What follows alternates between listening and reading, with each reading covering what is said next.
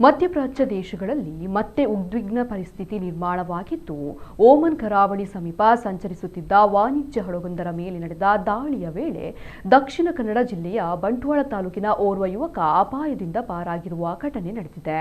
ಯುವಕ ಸುರಕ್ಷಿತನಾಗಿದ್ದು, ಶೀಘ್ರದಲ್ಲೇ ಭಾರತಕ್ಕೆ ಮರಳುವ ನಿರೀಕ್ಷೆಯಲ್ಲಿ ಕುಟುಂಬದವರು ಕಾಯ್ತಾ ಇದ್ದಾರೆ. ಬಂಟ್ವಾಳ ತಾಲೂಕಿನ ಪೆರ್ನೆ ಗ್ರಾಮದ ಬಿಳಿಯೂರು ನಿವಾಸಿ ರಚನ್ ಅವರು ಕಳೆದ ಹಲವು ವರ್ಷಗಳಿಂದ ವಾಣಿಜ್ಯ ಹಡಗಿನಲ್ಲಿ ಉದ್ಯೋಗ ನಿರ್ವಹಿಸ್ತಾ ಇದ್ದಾರೆ. ಇತ್ತೀಚೆಗೆ ಅವರು ಕರ್ತವ್ಯದಲ್ಲಿದ್ದ ಹಡಗು ಓಮನ್ ಕರಾವಳಿ ಸಮೀಪ ಸಾಗುತ್ತಿದ್ದ ವೇಳೆ ದಾಳಿ ಸಂಭವಿಸಿತ್ತು. ಹಡಗು ತನ್ನ ಗಮ್ಯಸ್ಥಾನದತ್ತ ಸಾಗುತ್ತಿದ್ದ ವೇಳೆ ಭಾರೀ ಸ್ಫೋಟದ ಶಬ್ದ ಕೇಳಿ ಬಂದಿತ್ತು. ಅದರ ಪರಿಣಾಮವಾಗಿ ಇಂಜಿನ್ ವಿಭಾಗದಲ್ಲಿ ಬೆಂಕಿ ಕಾಣಿಸಿಕೊಂಡಿದೆ. ಪರಿಸ್ಥಿತಿ ಕ್ಷಣಾರ್ಧದಲ್ಲಿ ಗಂಭೀರ ಸ್ವರೂಪ ಪಡೆದ ಕಾರಣ ಸಿಬ್ಬಂದಿಯ ಸುರಕ್ಷತೆಯನ್ನ ಗಮನದಲ್ಲಿಟ್ಟುಕೊಂಡು ಎಲ್ಲರನ್ನ ತುರ್ತು ಕ್ರಮವಾಗಿ ಜೀವರಕ್ಷಕ ದೋಣಿಗಳ ಮೂಲಕ ಹಡಗಿನಿಂದ ಸ್ಥಳಾಂತರಿಸಲಾಯಿತು ಎಂದು ರಚನ್ ಅವರ ಕುಟುಂಬದ ಮೂಲಗಳು ತಿಳಿಸಿವೆ. ಹಡಗಿನ ಸಿಬ್ಬಂದಿ ತಕ್ಷಣವೇ ಸಂಬಂಧಿಸಿದ ಸಮುದ್ರ ಭದ್ರತಾ ಅಧಿಕಾರಿಗಳಿಗೆ ಮಾಹಿತಿ ನೀಡಿದ್ದು, ಬಳಿಕ ಓಮನ್ ನೌಕಾಪಡೆಯು ಸ್ಥಳಕ್ಕೆ ಆಗಮಿಸಿ ಎಲ್ಲರನ್ನ ಸುರಕ್ಷಿತವಾಗಿ ರಕ್ಷಿಸಿ ತಮ್ಮ ನೆಲೆಗೆ ಕರೆದೊಯ್ದಿದೆ.